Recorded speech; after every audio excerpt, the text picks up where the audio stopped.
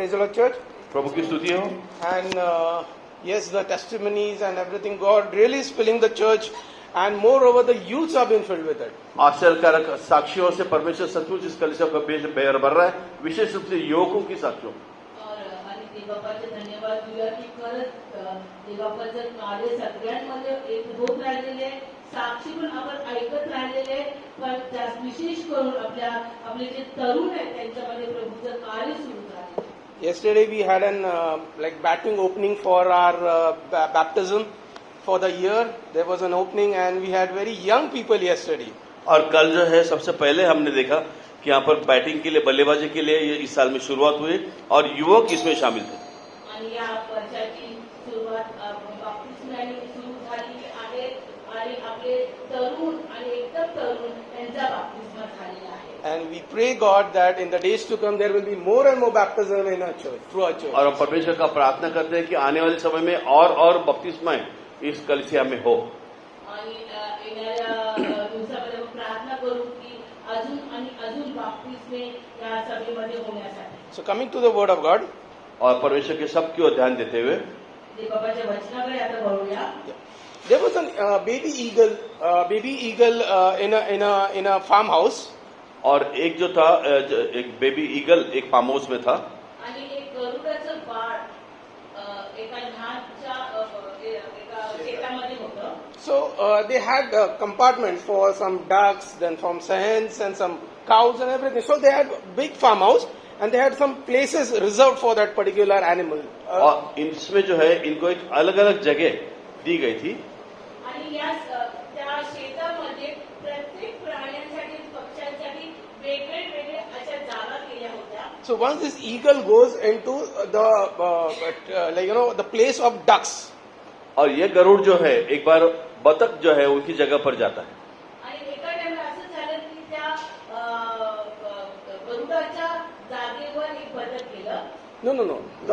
Other way round. So गरुड पक्षी त्या बदकाच्या जागेवर गेलं. So then that baby eagle started walking like those all ducklings sort of thing. और गरुड़ का बच्चा जो है वो बतख के नहीं चलने लगा. आणि मग ते गरुडाचं बाळ जे आहे ते त्या बदकासारखेच त्याचे हालचाल करायला सुरुवात केली. And as ducks don't fly, so this eagle also was not able to fly.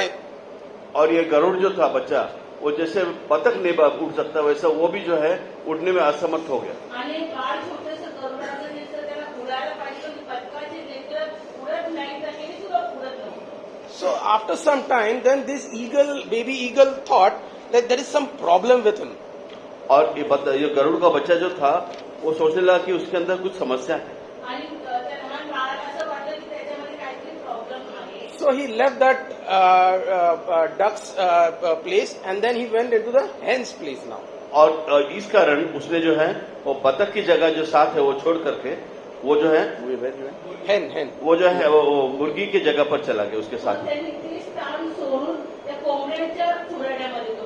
And then over there he started picking up grains like hen. और वहां पर जो है वो मुर्गी के घरों में वो जो है मुर्गी के समान दानों को जो है चुगने लगा. आणि मग त्या कोंबड्यांच्या खुराड्यामध्ये जाऊन त्यांनी ती दुसरी एक सवय लावून घेतली की त्यांनी त्या दाणे वेचायला सुरुवात केली. After some time he again felt, no, this is something wrong that's happening to me now. और फिर से उसे ऐसे महसूस हुआ कि कुछ तो गलत हो रहा है. आणि मग वापस त्याला असं वाटतं काहीतरी चुकीचं करत राहिलेलं आहे.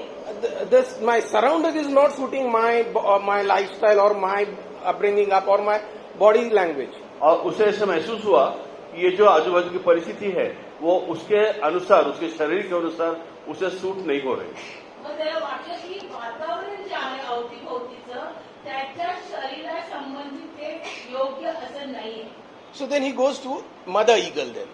और वो जो है फिर से अपने माता की ओर वो गरुड़ का बच्चा चला जाता है. मग शेवटी ते गरुड आपल्या आईकडे जातं. And he starts cribbing, what is this? My life is not going properly. Why this? Why that? I'm not happy with my life. My life is totally messed up. I can't do anything. और वो जो है वहां जाकर के जो है वो अपने माँ के पास कुड़कुड़ाने लगता है कि मेरा जीवन जो है वो सही सुचारू रूप से नहीं हो रहा है. बहुत सारी समस्या मेरे जीवन में. आणि मग तो त्याच्या आईकडे लढत बसतो की माझ्यासाठी काहीच लवकर जात नाही, सगळीकडे बघतोय तर काही ना काही अडचण आणि प्रॉब्लेम्स आहेत. Then the mother tells, you are not at the right place. तो वो माता कहते हैं कि आप सही जगह पर नहीं हो. आणि मग त्याची आई त्याला सांगते की तू बरोबर जागेवर नाहीये. So what she does is she takes him on his back और वो क्या करती है कि उसे जो है अपने पीठ पर उठा करके वो चली जाती, ऊपर जाती है. ती आई त्या बाळाला त्याच्या पाठीवर घेते goes on a height वो एक ऊंचाई पर जाती है आणि एका उंच स्थानी जाते and then leaves him. और उस उकाब के बच्चे को जो है वहां से वो छोड़ देती है. आणि त्या गरुडाच्या बाळा तिथून ती फेकते खाली. Again he starts shouting, oh, what's happening? This is more troublesome now. और जब वो छोड़ देती है तो वो फिर से चिल्लाने लगता है कि अभी तो ज्यादा समस्या जीवन में आ रही है. अजूनच त्याचा आरडाओरडा वाढतो की अजूनच जास्ती त्याला प्रॉब्लेम सुरू झाले. But as he starts falling, he starts fluttering his wings. जब वो वहां से गिरने लगता है नीचे हवा में, बीच हवा में, तो वो अपने पंखों को जोर जोर से हिलाने लगता है.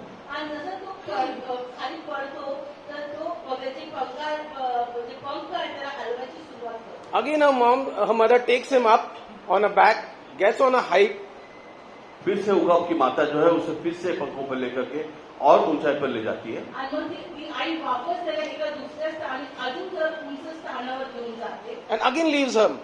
और फिर से वो ऊंचाई से नीचे छोड़ देती है. आणि मग वापस त्या उंच स्थानावर त्याला खाली टाकते. But again this time he starts flying on him own. लेकिन दूसरी बार जो है वो अपने आप से जो है उड़ना शुरू करता है. आणि मग ते बाळ स्वतः उडायला लागतं. And this time he flies and he gets so excited that on the very height is flying, seeing all the people and all this, like, hen, ducks and cows and all just below him, and then he's flying on top. और जैसे वो हवा में उड़ना शुरू करता है वो एकदम स्थिमित हो जाता है और वो बाकी जो चीजें उसके नीचे होती है वो सारे जो है वो मुर्गी है, बतख है या लोग है, जो भी है एनिमल्स है, उनको देखना ऊपर से शुरू करता है, आनंद लेता है. आणि जेव्हा तो उंच भरारी घेतो तो आकाशात उडायला लागतो आणि खालच्या सगळ्या गोष्टींना बघून त्याला इतका आनंद वाटतो. Children of God, does this story resembles our life? परमेश्वर के बच्चों, क्या ये जो कथा हमने सुनी क्या ये हमारे जीवन से मेल खाती है? मग ही जी गोष्ट आपण असं ऐकली ह्या गरुडाची ते आपल्या जीवनामध्ये आपल्याला त्याचं साम्य वाटतं का? Because many a times when situation comes, we start getting, along with prayers, our thought process, everything just revolves around that problem and the situation.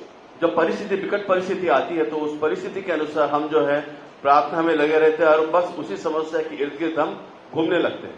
आणि जेव्हा आपल्या जीवनामध्ये एखादी परिस्थिती येते त्या परिस्थितीला आपण इतकं आपल्या समोर जेवढं आपलं केंद्र सगळं त्याच्यावर असतो आणि जे पण आपण करतो त्या परिस्थितीतून कसं बाहेर निघणार त्याच्यासाठीच आपण बघतो.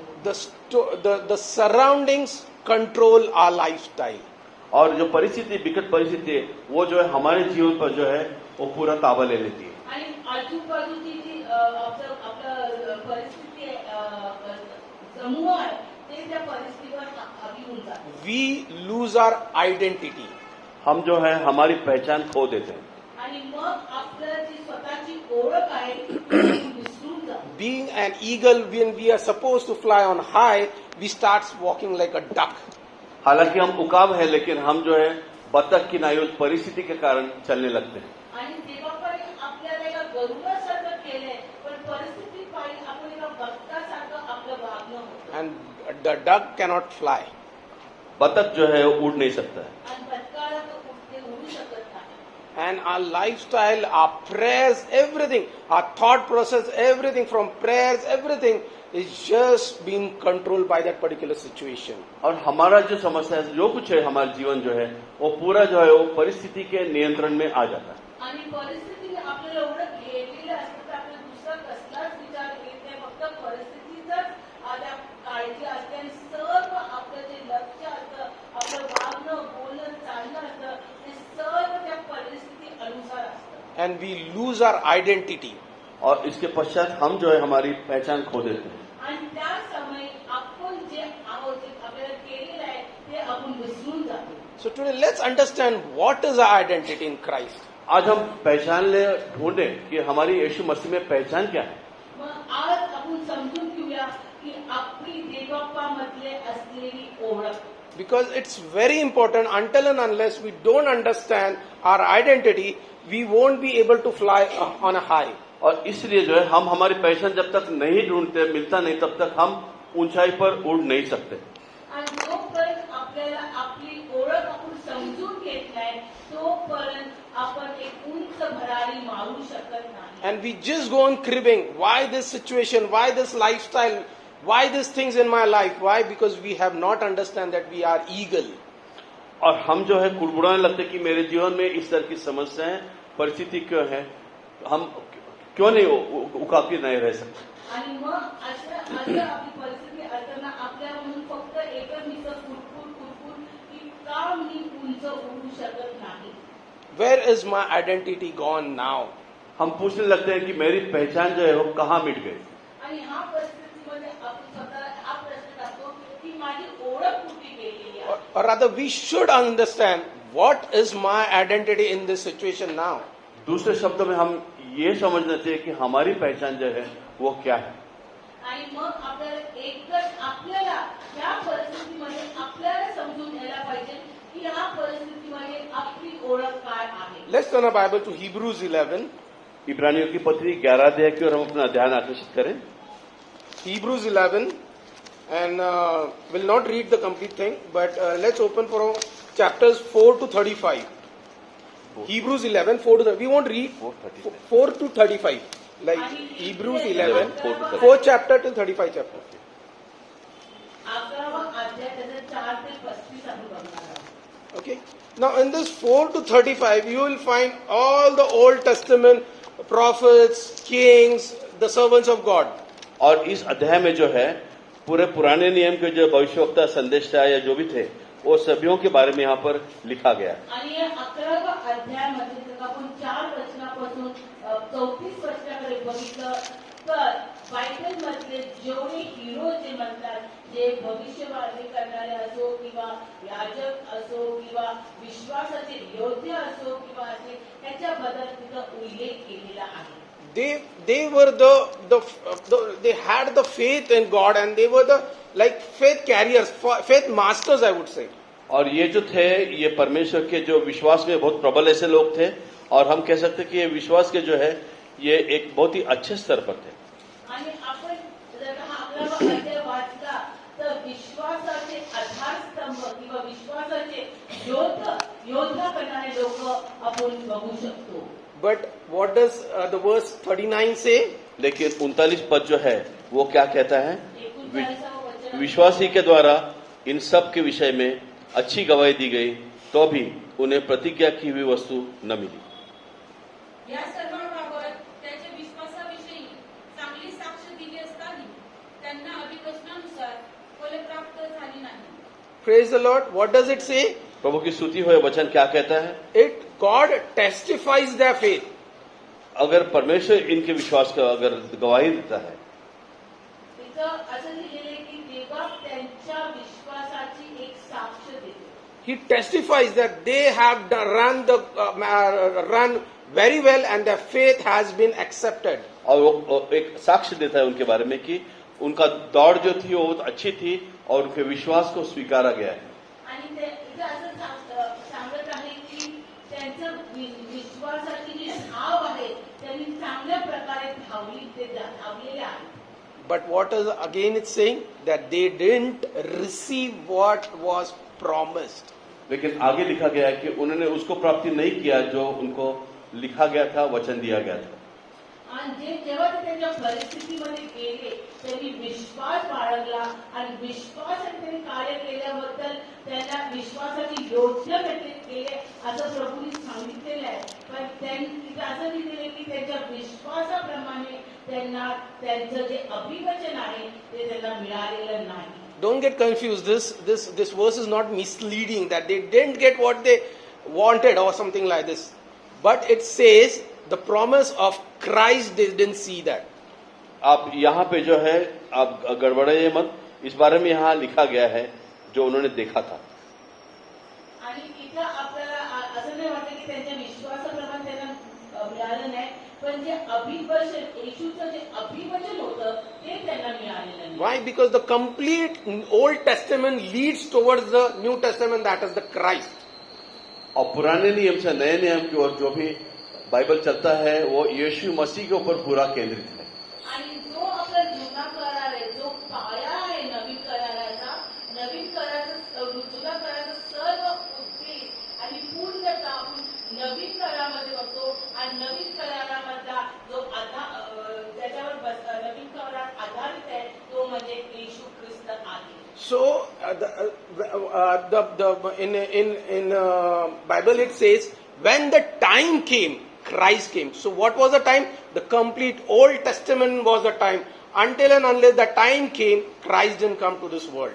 और पवित्र शास्त्र कहता है जब समय आया तो यीशु मसीह आया. वो समय वो है जो निर्धारित समय था. जब वो समय आया तो यीशु मसीह आया. आणि वेळेच्या पूर्णते पहिले काही झालेलं नाही. आणि ती वेळ म्हणजे कोणती होती? जे जुना करार बायबलमध्ये लिहिलेला आहे त्याची पूर्णता झाल्यावरच येशूचं नवीन करारामध्ये उल्लेख केलेला आहे. So all these faith tycoons, all these faith people were just, they were focused on Christ when the Christ was to become, and they were keeping those faith. But still, till the Christ come, till the Old Testament, they didn't have this privilege of having Christ. और ये जो विश्वास के योद्धा थे या विश्वास में जो कुछ बड़े बड़े लोग थे, ये उनको वो तब तक प्राप्ति नहीं हुई जब तक यीशु मसीह नहीं आए. आणि जुना करारामध्ये जे विश्वासाचे योद्धे आहेत, ज्यांनी त्यांची धाव विश्वासामध्ये संपवली, पण त्यांच्या वेळेमध्ये त्या वेळेमध्ये प्रभू येशू ख्रिस्ताचं आगमन झालं नाही, पण ते नवीन करारामध्ये त्याचं आगमन झालेलं आहे. And the answer is in the next chapter itself. Why they didn't get Christ? और यीशु मसीह उन्हें क्यों प्राप्त नहीं हुए उसका जवाब जो है वो 12वें अध्याय में इब्रानी के पत्र में दिया जाता है. आणि मग त्यांना का ती देवबापाचं आगमनाची समयची पूर्णता नाही झाली त्याचं उत्तर आपण 12 मध्ये बघू. No, sorry, not every. Next verse itself, verse 40. और Hebrews 40वें 11 वचन में जो verse है 40. 11:40 में जो है इस चीज की जवाब दी गई है क्योंकि परमेश्वर ने हमारे लिए पहले से एक उत्तम बात ठहराई कि वे हमारे बिना सिद्धता को न पहुंचे. त्यांनी आपणापासून पूर्ण होणे म्हणून देवाने जे अधिक चांगले ते आपल्यासाठी पूर्वीच नेमिले होते. So because of us, till we all and those people come together, he waited for the Christ, and they didn't get the privilege of having Christ. और उनको जो है यीशु मसीह की प्राप्ति नहीं हो सकी क्योंकि सारे लोग जो है एक साथ आ करके जब तक नहीं मिलते ये काम नहीं होना था. आणि त्या चांगल्या गोष्टी ते जे काळाची पूर्णता होऊपर्यंत त्यांना तेव्हाच मिळाली जेव्हा आपण पण त्याच्यामध्ये आपला पण त्याच्यामध्ये समावेश झाला तेव्हा. Praise the Lord. प्रभु की स्तुति हो. The complete Old Testament was waiting for we people to come into picture. और पूरा पुराना नया करार जो है वो हम लोगों के आने के लिए विश्वास के लिए वो रुका हुआ है. आणि पूर्ण जुना करार आपल्यासाठी थांबलेला त्या वचनाची पूर्णता होण्यासाठी. Did you get the identity of what we people are? क्या आपने अपनी पहचान समझ ली है कि हम किस प्रकार के लोग हैं? म्हणजे आज आपल्याला कळालं असेल की आपण किती भाग्यवान लोक आहेत की सगळे विश्वासाचे योद्ध्यांना पण थांबावं लागलं जोपर्यंत आपला त्या राज्यामध्ये प्रवेश होत नाही तोपर्यंत. Let's turn our Bible to Ephesians 1. इफिसियों की पत्री पहला अध्याय की ओर चलो हम चलें. Ephesians 1, 9 and 11. 9 to 11. इफिसियों की पत्री 9 से Yeah, पहला Ephesians अध्याय. 1, 9 to 11. ख्रिस्ताच्या काही पूर्वी केलेल्या योजनेप्रमाणे त्यांनी स्वतःच्या इच्छेनुरूप व संकल्पनांचे रहस्य आपल्याला कळविले. ती योजना अशी की कालखंडाच्या पूर्णतेची व्यवस्था लावताना स्वर्ग व पृथ्वीवर जे आहे ते सर्व ख्रिस्तामध्ये एकत्र करावे. आपल्या मनाच्या संकल्पनाप्रमाणे जो अवघे चालवितो त्याच्या योजनेप्रमाणे आम्ही पूर्वी नेमलेले असून ख्रिस्ताच्या काही वतनदार झालो आहोत. Praise the Lord. प्रभु की स्तुति हो. So what was this secret was to get everything under Christ, and once it's under Christ, we become the heritors of it. इस चीजों का, ये सारी चीजों का भेद ये था कि जब तक हम प्रभु की यीशु की प्रभुता में न आए, तब तक ये सारी चीजें प्राप्त नहीं कर पाएंगे. आणि ह्या सर्वचं रहस्य एकच आहे की जोपर्यंत आपण प्रभू येशू ख्रिस्ताच्या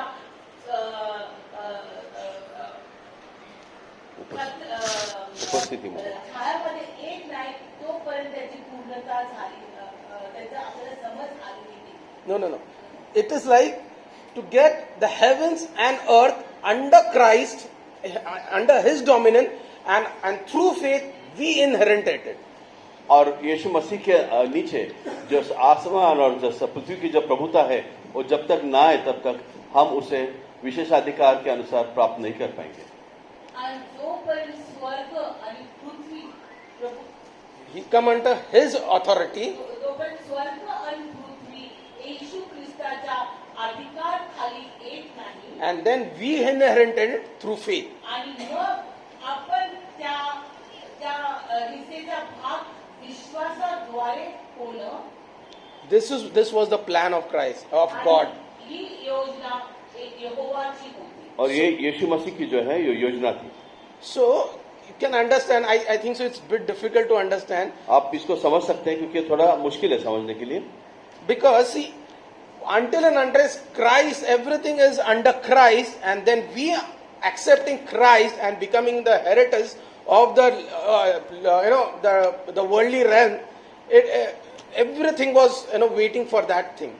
और हम जो है सारे जो है यीशु मसीह के प्रभुता में आए, उसे स्वीकारे और उसके पश्चात हमें वो विशेष अधिकार प्राप्त हो जिसके अनुसार जो है हम उसके आने वाले पीढ़ी और आने वाले जो है उसके संतान बन पाए.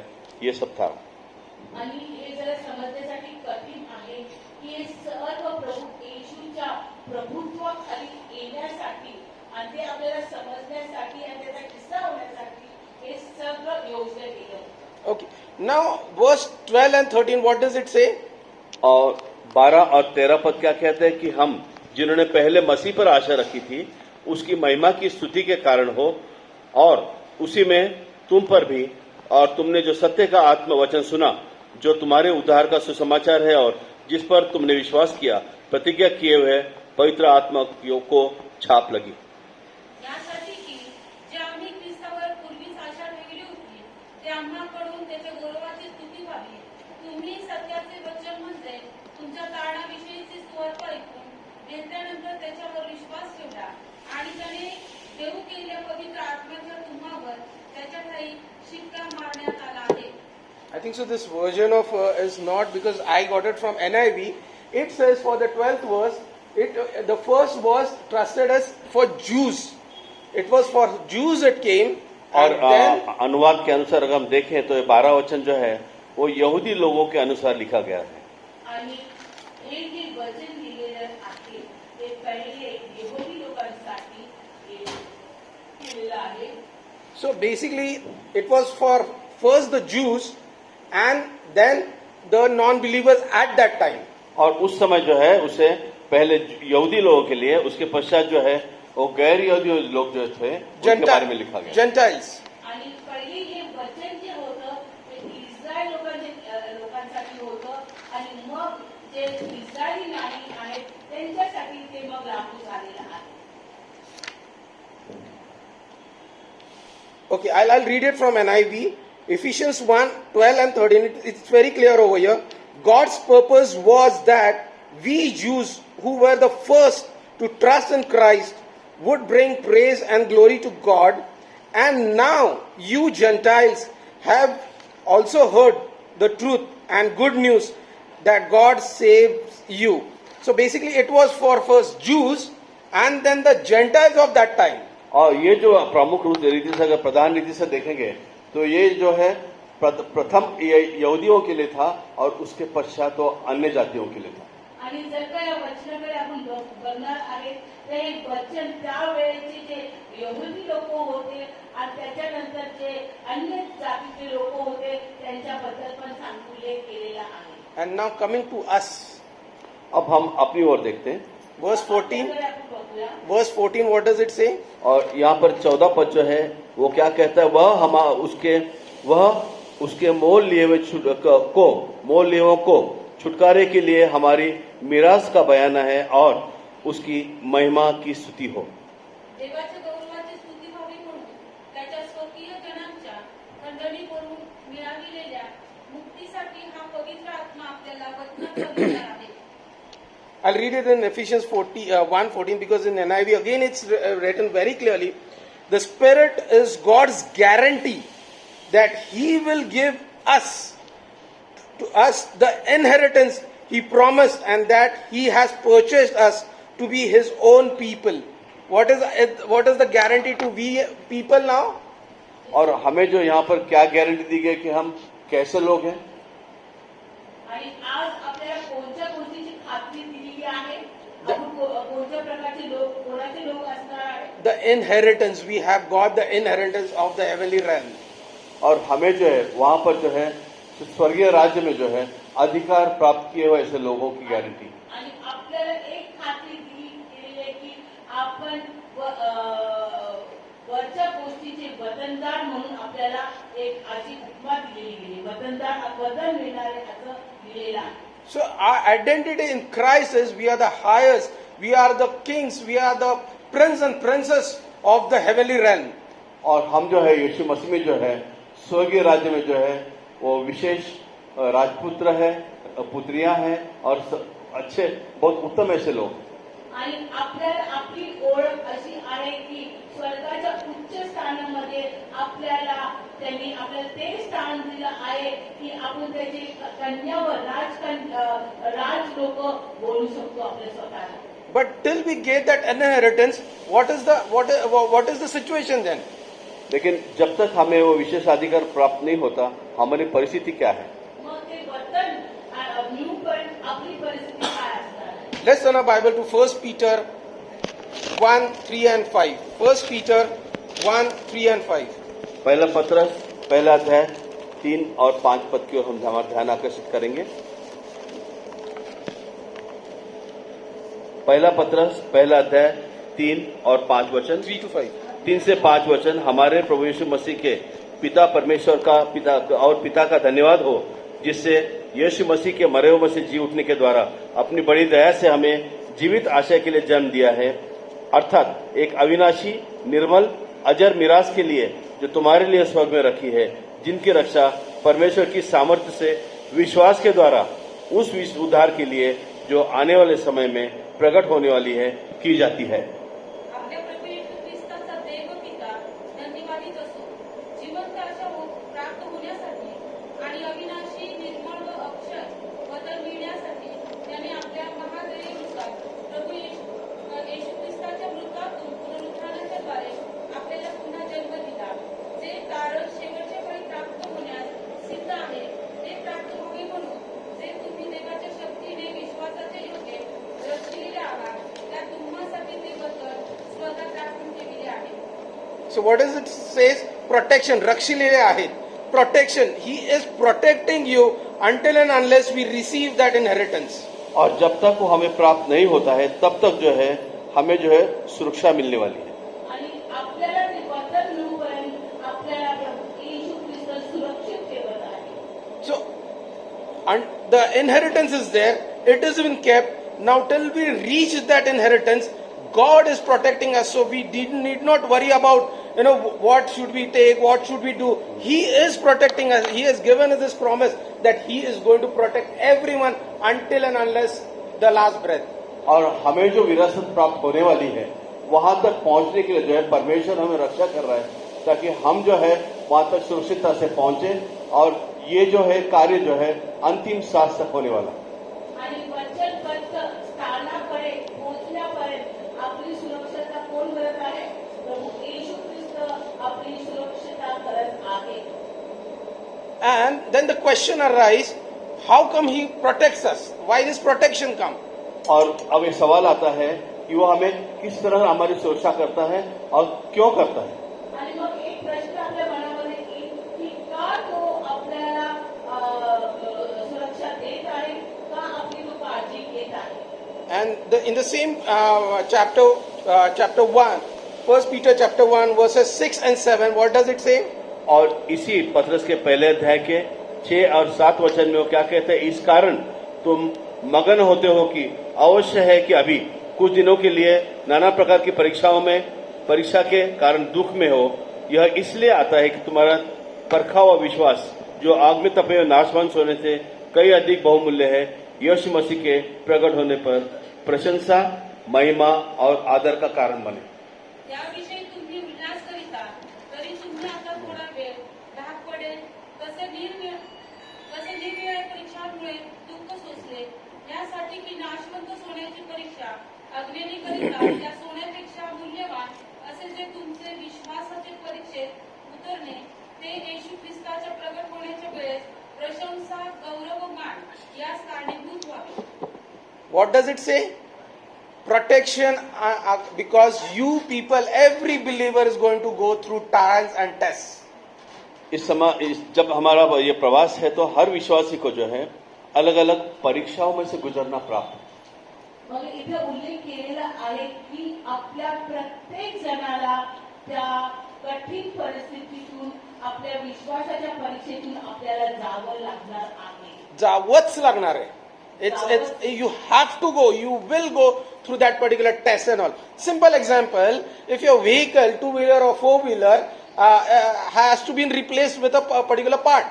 अगर हमारी 2-wheeler 4-wheeler है जिसमें एक पुर्जा जो है बदलना है, आणि जर का आपल्याकडे एक स्कूटर आहे त्याचं काहीतरी हिस्सा आपल्याला बदलावा लागणार आहे.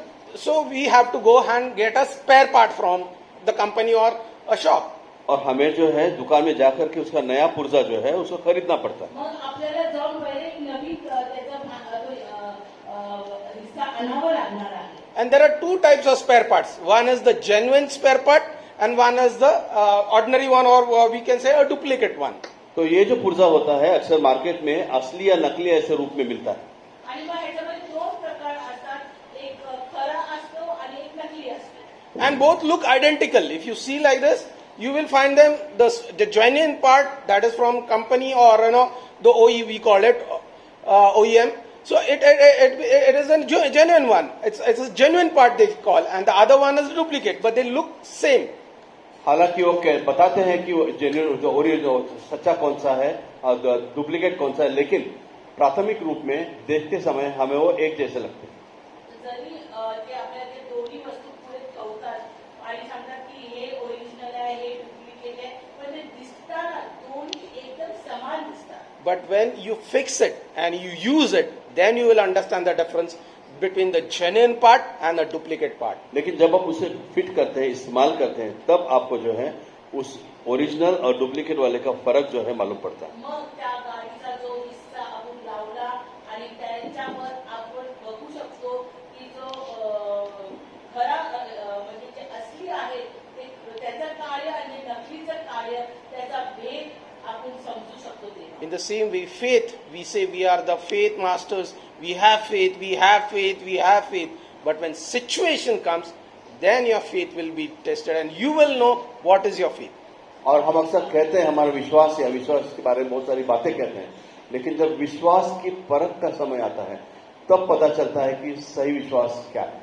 आणि मग आपण म्हणतो की आम्हाला काय विश्वास आहे, विश्वास आहे, विश्वास आहे, पण जेव्हा विश्वासाची परीक्षा येते त्या परीक्षेमध्ये आपला काय विश्वास आहे तो दिसून येतो. And that's why the test and trial come, just to see what level is your faith. और इसीलिए जीवन में परीक्षाएं, समस्याएं आती हैं कि हमारा विश्वास है वो किस स्तर का है. आणि म्हणूनच जीवनामध्ये जेव्हा परिस्थिती येते तेव्हा आपल्याला दिसून येतो आपला विश्वासाचा स्तर काय आहे. But there is a promise that I will protect you in that test also. लेकिन आपके लिए परमेश्वर का वचन है कि उस परिस्थिति में भी, प्रतिकूल परिस्थिति में भी मैं आपको संभाले रखूंगा. आणि पण आपल्या देवापासून एक वचन आहे की जेव्हा तुम्ही या विश्वासाच्या परीक्षेमधून जात असाल तर आपलं संरक्षण प्रभू येशू ख्रिस्त करणार आहे. हे आपल्याला अभिवचन दिलेलं आहे. He is not here, never in the Bible he has said that I will keep you away from the tests and trials. कोई शास्त्र में कहीं भी लिखा नहीं है कि मैं आपको परीक्षाएं, समस्याओं से दूर रखूंगा. But he has आणि पवित्र शास्त्रामध्ये कुठे पण असं लिहिलेलं नाहीये की देव आपल्याला परीक्षेपासून बाजूला ठेवणार आहे. But He will help us in the trials and temptations and situations. और फिर भी वो जो है हमें जो है परिस्थिति समस्या उससे जो है वो हमें बचाए रखेगा. पण तो आपल्या परिस्थितीमध्ये तो आपली मदत करणार आहे.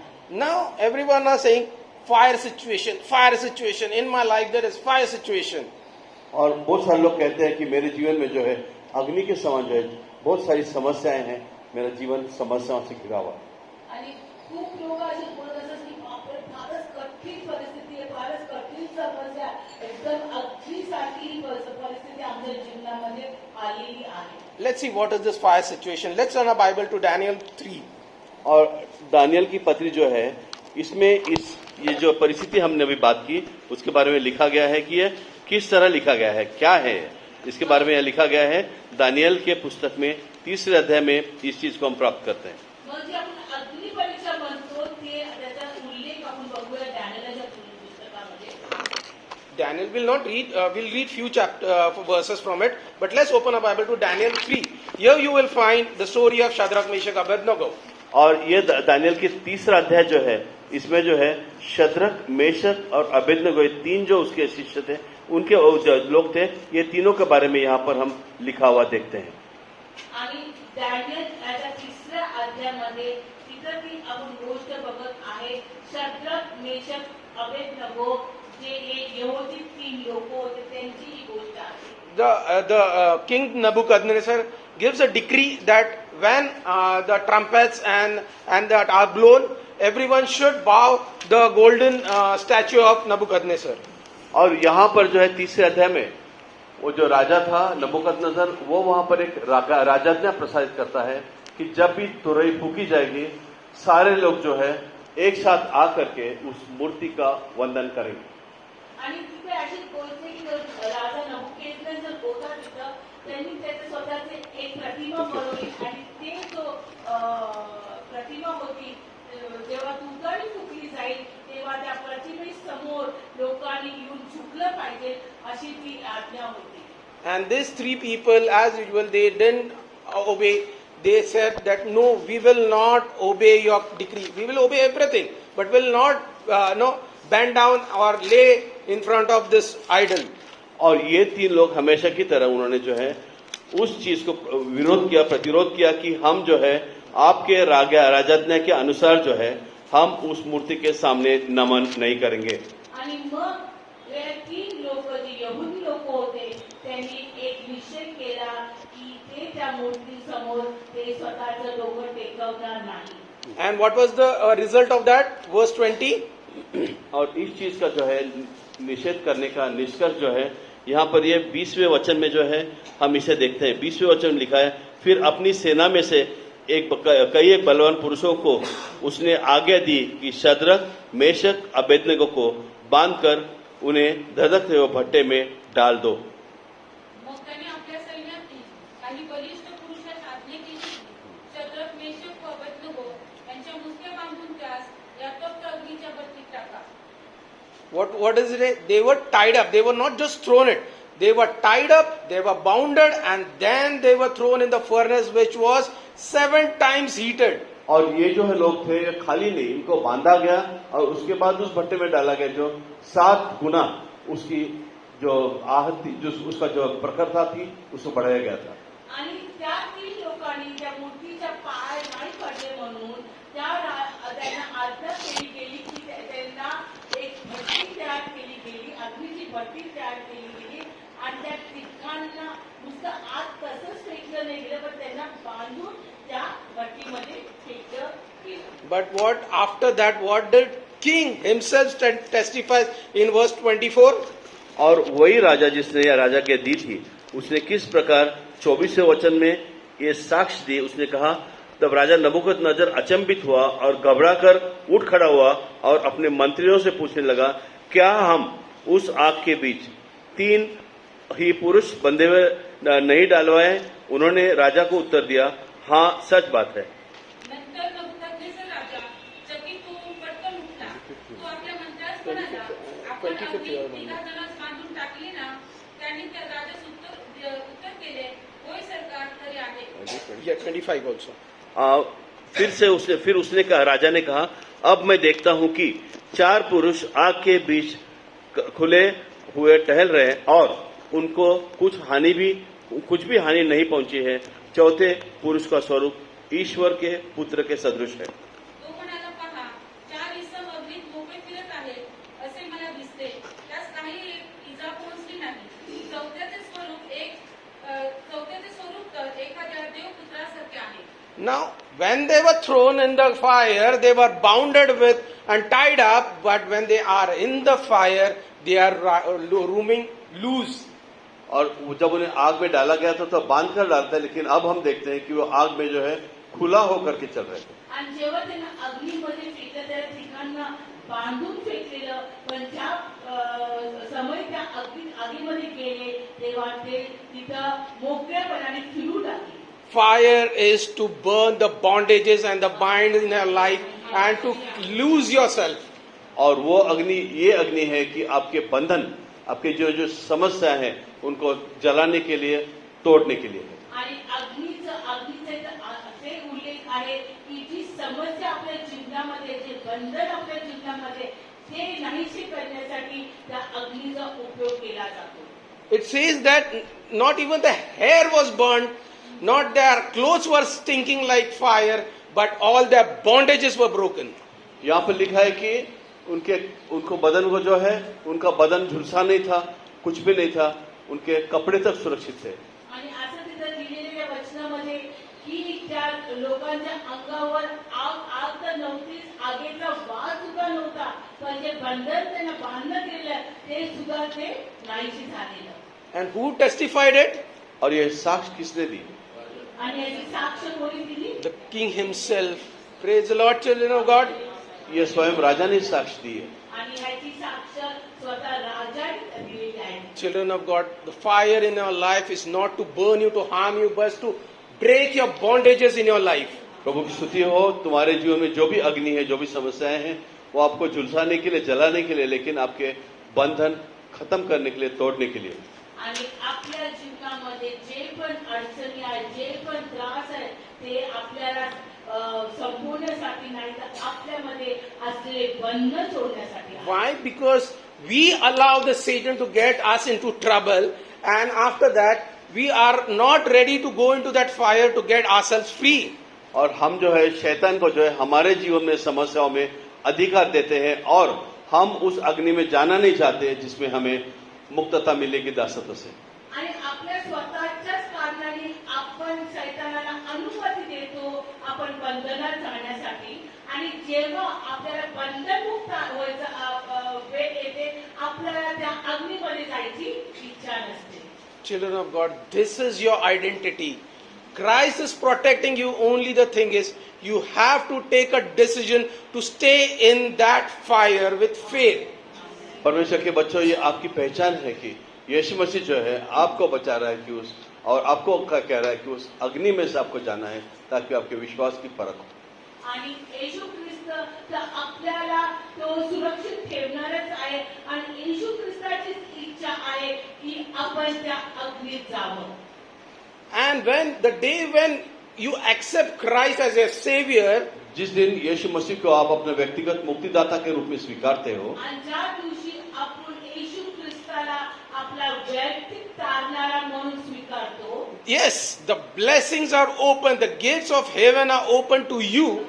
और आशीष खुल जाती है और स्वर्ग राज्य के दरवाजे जो है आपके लिए खुल जाते हैं. तर ज्या दिवशी आपण येशूचा स्वीकार करतो त्या दिवशी निश्चितच स्वर्गाचे द्वार आणि स्वर्गाचे आशीर्वाद आपल्यावर उघडतात. But Satan is not going to let those promises, those blessings into your lives. लेकिन शैतान जो है वो आशीष है, जो है, जो वचन है, वो आपके जीवन में लागू करने नहीं देता. जरी प्रभूला स्वीकार केल्यावर स्वर्गाचे द्वार आणि स्वर्गाचे आशीर्वाद आपल्यासाठी मोकळे केले जातात, पण शैतान तर आपल्याला ते सहजरित्या घेण्यासाठी तो आपल्याला अनुमती देणार नाही. Though you may say that I have received Christ, I have repented, I have submitted Him, but why these blessings are not coming to my life? आप यही कहोगे कि मैंने तो अपने आप को प्रभु यीशु मसीह को व्यक्तिगत मुक्तिदाता के रूप में स्वीकारा, सारा मेरा जीवन उसको समर्पित है, लेकिन फिर भी ये आशीष मुझ पर क्यों नहीं आ रही?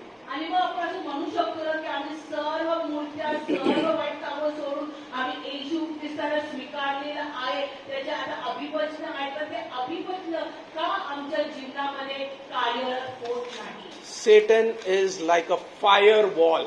Computer people will say, understand, the firewall, until and unless that firewall is there, nothing can penetrate through it. शैतान जो है उस अग्नि के उस दीवार के समान जो है वो बीच में खड़ा होने वाला, जिसके पार नहीं जा पाएंगे तुरंत।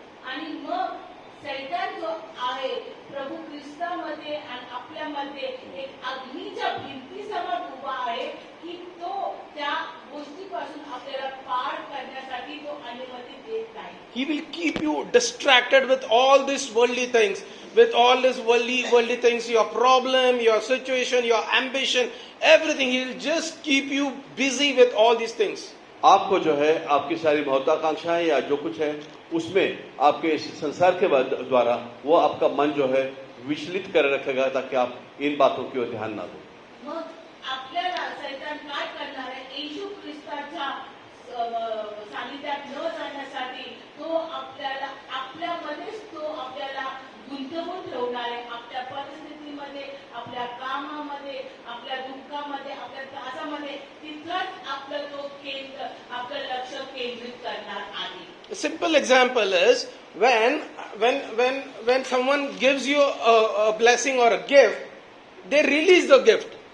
और आमतौर पे अगर कोई आपको आशीषित करता है तो वो जो है उन आशीषों को आप पर जो है और उसको रिहा करता है.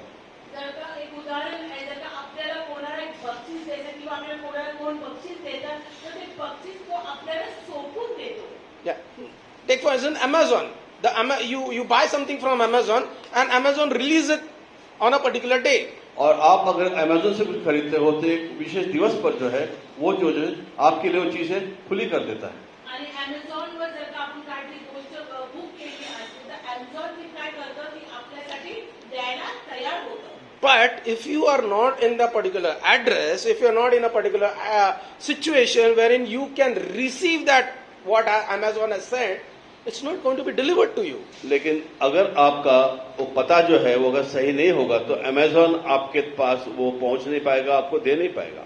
आणि ते बुक केलं असेल तरी पण जर का आपलं जे पत्ता दिलेला आहे किंवा स्थान दिलेलं आहे ते योग्य नसेल तर ते जे आपण मिळालेली गोष्ट आपल्यापर्यंत येऊ शकणार नाही. Even though you have paid for to Amazon, you have done, everything is released, everything. But if you are not in a position to just receive that thing, it's not Amazon going के to be pass yours. आपने सारा कुछ दिया है, पता पैसा दिया, सब कुछ दिया, लेकिन अगर आप उसको प्राप्त करने की स्थिति में नहीं हो तो आप उससे ले नहीं पाओगे. तर आपण जर का तिथं बुक केलं, आपलं सगळं वेळ वगैरे सगळं सांगितलं की ह्या दिवशी ती गोष्ट आपल्याकडे येणार आहे, पण ती गोष्ट घेण्यासाठी जर का आपली तयारी नसेल, आपलं जे ऍड्रेस असेल किंवा लोकेशन असेल किंवा जी गोष्ट ती मिळण्यासाठी असेल ती अनुकूल नसेल तर ती आपल्यापर्यंत येणार नाही. All your problems, all your sickness, all your blessings have been given 2000 years back on the cross, and it said, it is being done. But only the thing is, are you ready to receive it? 2000 साल पहले आपकी समस्याएं, आपकी बीमारी, सारी कुछ जो है उस क्रूस पर दी गई है. सिर्फ सवाल बचता यह है कि आप उसके लिए तैयार हैं. 2024 वर्षापूर्वी क्रूसावर प्रभू येशू ख्रिस्ताने आपले श्राप, आपले रोग, आपले आजार, आपले सर्व परिस्थिती त्या क्रूसावर घेतली आणि तो म्हटला सर्व समाप्त झालेला आहे. पण आज आपण ते घेण्यासाठी तयार आहोत का? Are we just busy going to one doctor, one lawyer, this person, that person? We are just roaming here and there, but we are not ready to go in His presence. हम जो है हमारी समस्याओं के लिए doctor के पास, वकील के पास जाने के लिए, दुनिया की सारी जो चीजें हैं उनको जाने के लिए हमारे पास समय, लेकिन हमें उसके उपस्थिति में शांत समय में बैठने के लिए समय नहीं. मग आपल्या आजच्या परिस्थितीमध्ये जर का आपण आजारी असो तर ह्या डॉक्टरपासून त्या डॉक्टरकडे जातो, जर का आपल्याला कोर्ट केस असेल तर ह्या वकिलापासून त्या वकिलाकडे जातो, पण आपण तो वेळ प्रभूच्या चरणामध्ये शांत बसून राहण्यासाठी देतो का, त्याची योजना समजण्यासाठी. Children of God, your identity is you are the child of God, but there is a warning for it. परमेश्वर के बच्चों, आपकी पहचान जो है वो परमेश्वर के बच्चे के नहीं है. आणि आपल्याला ती ओळख, आज आपण म्हणतो आपली ओळख काय, आपली ओळख येशू ख्रिस्तामध्ये आहे, पण तिथं सुद्धा एक चेतावणी दिलेली आहे. 1 Peter 2nd chapter 11-12. पत्रस 1 Peter 2nd chapter 11 and 12. पत्रस की पहली पत्री दूसरा अध्याय 11 और 12 पद. पहला पत्रस दूसरा अध्याय 11 और 12 पद. हे प्रियो, मैं तुमसे विनती करता हूं कि तुम अपने आप को परदेशी और यात्री जानकर उन सांसारिक अभिलाषाओं को जो आत्मा से युद्ध करती है बचे रहो. अन्य जातियों में तुम्हारा चाल चलन भला हो, ताकि जिन जिन बातों में वे तुम्हें कुकर्मी कहकर बदनाम करते हैं, वे तुम्हारे भले कामों को देखकर उन्हीं के कारण कृपा दृष्टि के दिन परमेश्वर की महिमा करें. प्रियजनो हो, जे तुम्ही प्रवासी व परदेशवासी आहात, त्या तुम्हास मी विनंती करीतो की जीवात्मांबरोबर लढणाऱ्या दैनिक वासनांपासून दूर राहा व राष्ट्रीयात आपले आचरण चांगले ठेवा, यासाठी की ज्याविषयी तुम्हा दुष्कर्मी समजून तुम्हा विरुद्ध होतात, त्याविषयी त्यांनी तुमची सत्कर्मे पाहून समाचाराच्या दिवशी देवाचे गौरव करावे. Children of God, the choice is yours, but there is a warning that the choice is yours. You have to live a lifestyle among this pervert generation. How you live the lifestyle of yours. और परमेश्वर के बच्चों, आपके लिए संभव है, लेकिन आपके लिए एक चेतावनी है कि इस पीढ़ी में, इस ऐसी पीढ़ी जो कुकर्मी है, समस्या में है, उनके सामने आपको एक ऐसा उत्तम जीवन जीना पड़ेगा. आज आपल्या समोर एक निवड आहे की आपण या अन्य मार्गाच्या लोकांमध्ये आपलं जे जीवनशैली आहे ती कशी राखत आहोत. Being a children of God, being the king and princess of the Heavenly Father, what your aura or what your walk should be in this life. आज परमेश्वर के बच्चे होने के नाते, परमेश्वर की संतान होने के नाते आपका रुतबा जो है वो कैसा होना चाहिए. आणि आज जर का आपण जीवन देवाचे लेकरं आहोत, तर आपलं जीवन कसं असलं पाहिजे. A simple example, have you ever observed the prime minister or the president of a country going in a vehicle, in their particular car? क्या आपने कभी मिसाल के तौर पे कोई प्राइम मिनिस्टर, प्रेसिडेंट अपने कार से जाते हुए देखा है? आपण जर का आपल्या मंत्री किंवा प्रेसिडेंटला ज्या कारमध्ये तो जातो तुम्ही बघितले आहेत का ते? He will never accompany even his wife or his children in that particular car. उस कार में जो है वो अपने पत्नी जो है उन्हें कभी उसमें लेकर नहीं जाते. ज्या कारमध्ये तो जेव्हा जात असतो तेव्हा त्याचे कुटुंब त्याच्या संगतीत, त्याची लेकरं किंवा त्याची पत्नी त्या कारमध्ये नसते. They have a separate car, but he alone has to sit in that particular car with his securities. क्योंकि वो जो है अब उनके फैमिली हो सकता है दूसरे कार में हो, लेकिन वो जो है अकेले उस कार में अपने सिक्योरिटी गार्ड्स के साथ रहते हैं. आणि तो त्याच्या कुटुंबासाठी वेगळी कार असते आणि त्याच्यासाठी ती कार असते, त्याच्यामध्ये त्याचे जे संरक्षक असतात त्याच्यासाठी तो बसलेला आहे. And he cannot just go wait here and just go out. No, he has to listen to the agenda that has been given to him. He has to abide the rules and regulation that has been applied to him. और वहां पर जो है वो अपने मर्जी से कुछ भी नहीं कर सकता है. कुछ जो है नियमों का अनुसार, कुछ सूची के अनुसार, सूचीबद्ध जो है तरीके से उसे हर काम वहां करने पड़ता है. आणि जरी पण तो त्या एवढ्या मोठ्या स्थानावर असतात तरी पण जे त्याला नियम दिलेले आहेत त्या नियमानुसारच त्याला वागावं लागतं आणि करावं लागतं. Though he might be on the highest of the country's power, but he cannot do anything on his own. He has to listen to the orders that are being given to him. हो सकता है वो अत्युच्च पद पर देश के हो, लेकिन उन्हें जो है अपनी मनमानी नहीं कर सकते. जो आदेश उन्हें दिया गया है उसके अनुसार ही उन्हें चलना पड़ता है. आणि जरी ते सगळ्यात उच्च स्थानी असतील तरी पण जे नेमलेले जे कार्य आहे त्याच्या अनुसारच त्यांना ते आदेशानुसारच चालावं लागणार आहे. So children of God, can you understand? As you are into a royal family, you belong to a royal family, what decorum or what lifestyle your life has to be. तो आप क्या ये इन बातों का समझ रहे हैं कि आप एक राजसी परिवार में हो, आपको किस तरह से, किस रुतबे से आपको इस जीवन को व्यतीत करना चाहिए. आणि जेव्हा आपण हे प्रभू येशूचा स्वीकार करतो तेव्हा आपल्याला राजस्थानामध्ये देवाच्या राजस्थानामध्ये बसवलं जातं. आणि जर का आपण त्या राजस्थानामध्ये आहोत तर आपल्या जीवनाचा व्यवहार कसा असला पाहिजे ते आपल्याला समजायला पाहिजे. The choice is yours. चुनाव आपका है. पण निवड आपल्या हातामध्ये. We have to make the choice, yes or no.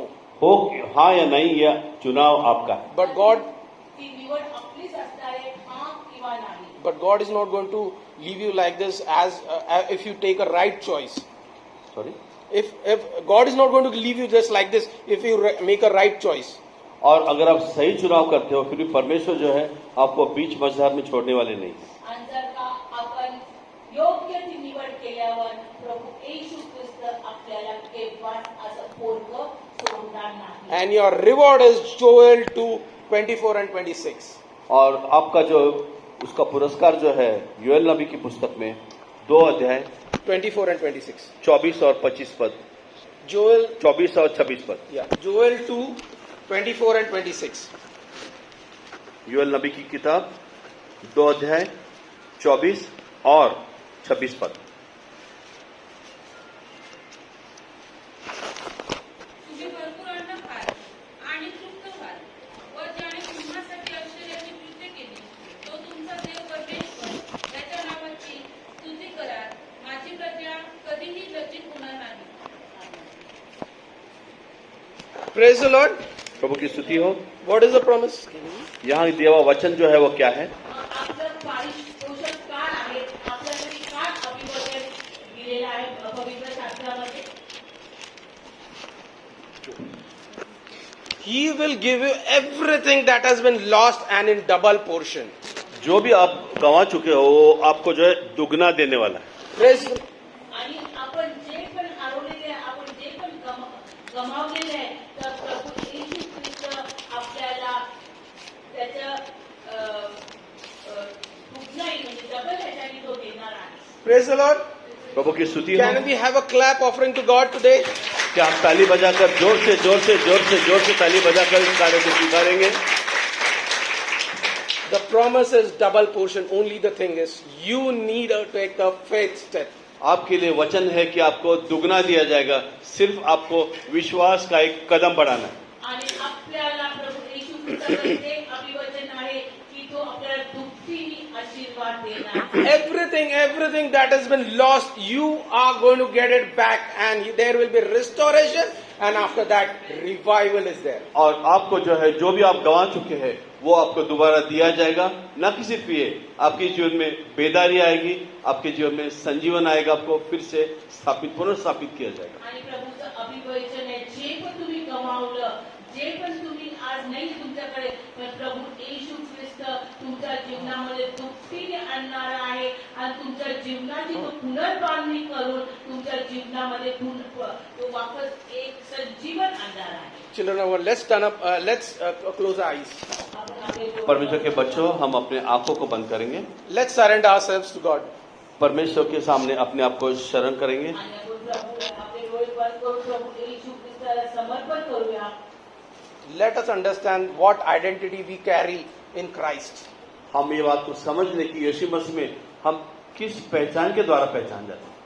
आणि मग आपण समजा आपली काय ओळख आहे येशू ख्रिस्तामध्ये. If you have accepted Him as a personal Savior, अगर आपने उसको अपने व्यक्तिगत मुक्तिदाता के रूप में स्वीकारा है, आज जर का तुम्ही येशू ख्रिस्ताचा स्वीकार आपला एक तारणारा म्हणून, एक व्यक्ती तारणारा म्हणून स्वीकार केला आहे का? rebuke that evil spirit, go away from me. My health is coming, my blessings are coming, my finance has been released, and I am going to be blessed in the days to come.